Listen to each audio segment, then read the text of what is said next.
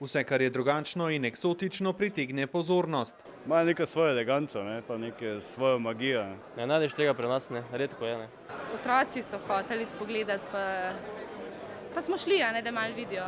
Za podrobnosti je bilo potrebno dobro pogledati v plastične škatle, čeprav se je kakšen tudi prestrašil. Nekateri otroci se bolj, drugi manj bojijo dotika eksotičnih živali. Se ne bojite? Ne, bojim se.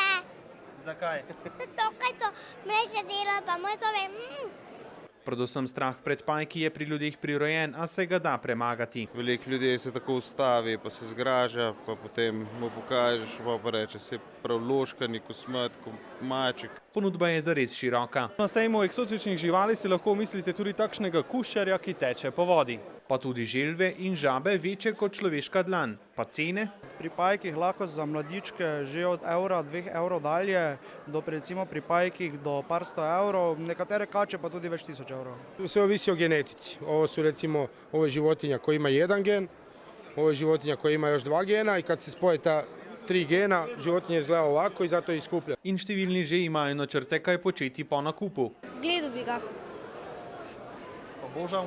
Ja, pa hrano. Če pa je strah prevelik, si za začetek lahko umislite plastične živali.